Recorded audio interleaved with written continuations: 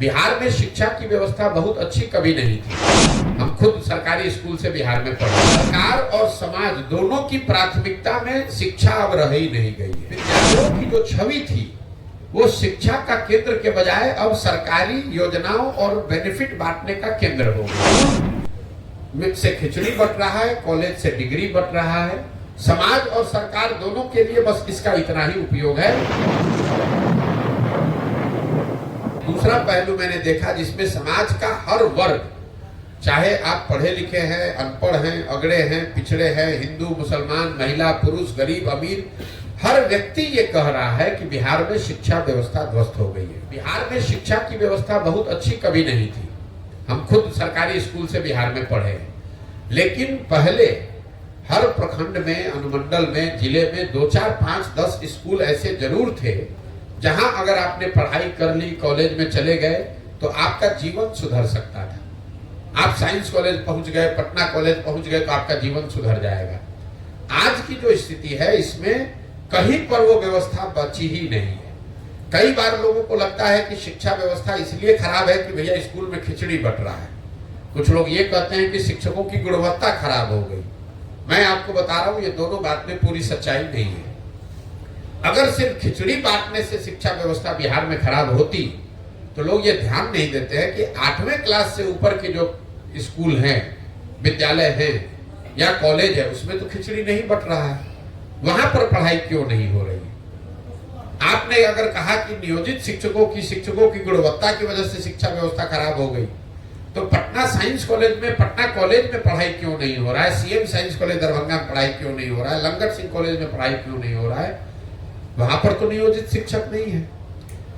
पढ़ाई की व्यवस्था इसलिए खराब हुई है कि जो मेरी समझ बनी है 18 महीनों में, कि कहीं ना कहीं सरकार और समाज, मैं अंडरलाइन कर रहा हूं समाज को भी, सरकार और समाज दोनों की प्राथमिकता में शिक्षा अब रह ही नहीं गई है। किसी को चिंता ही नहीं है कि पढ़ाई होनी चाहिए। सरकार ने एक व्यवस्था बना दी, समता मूलक शिक्षा नीति के नाम पर हर गांव, हर पंचायत में 2-4 गो बिल्डिंग बना दिया गया। नतीजा क्या हुआ? जहां विद्यालयों के भवन बने वहां शिक्षक नहीं है, जहां शिक्षक है वहां विद्यालय के भवन नहीं है, जहां दोनों है वहां बच्चे नहीं है, जहां तीनों है वहां पढ़ाई नहीं। पढ़ाई की चिंता ही नहीं है। समता मूलक शिक्षा नीति बनाने के नाम पर हर जगह विद्यालय बना दिया गया, शिक्षकों को बहाल कर दिया गया और पढ़ाई की चिंता सरकार ने बिल्कुल छोड़ दी। इसी तरह समाज ने भी विद्यालयों की जो छवि थी वो शिक्षा का केंद्र के बजाय अब सरकारी योजनाओं और बेनिफिट बांटने का केंद्र हो गया।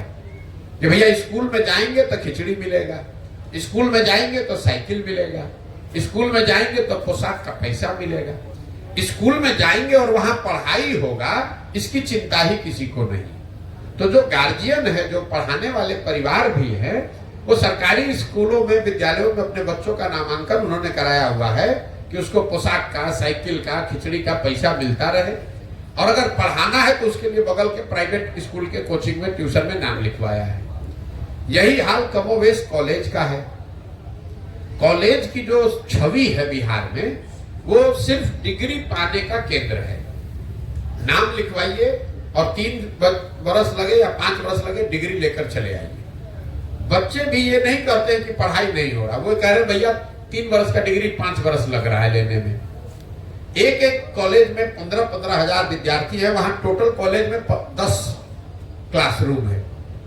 तो ये तो अभी नया नियम जैसे बना कि भाई सबको अटेंडेंस अनिवार्य कर दिया जाए। आप जरा बताइए, अगर 15,000 लड़के किसी विद्यालय में, कॉलेज में आ जाए, वहां 10वीं कक्षा है, तो 15,000 आदमी बैठेगा कहां? तो कहीं ना कहीं बिहार की पूरी शिक्षा व्यवस्था को अगर एक लाइन में आपको बताना हो तो स्कूल से खिचड़ी बट रहा है, कॉलेज से डिग्री बट रहा है। समाज और सरकार दोनों के लिए बस इसका इतना ही उपयोग है, पढ़ाई दोनों में कहीं नहीं हो रहा है। यही कारण है कि बिहार में जितने अनपढ़ बेरोजगार हैं उससे ज्यादा पढ़े लिखे बेरोजगार हैं, जिनके पास डिग्री है लेकिन समझदारी, ज्ञान कुछ नहीं है।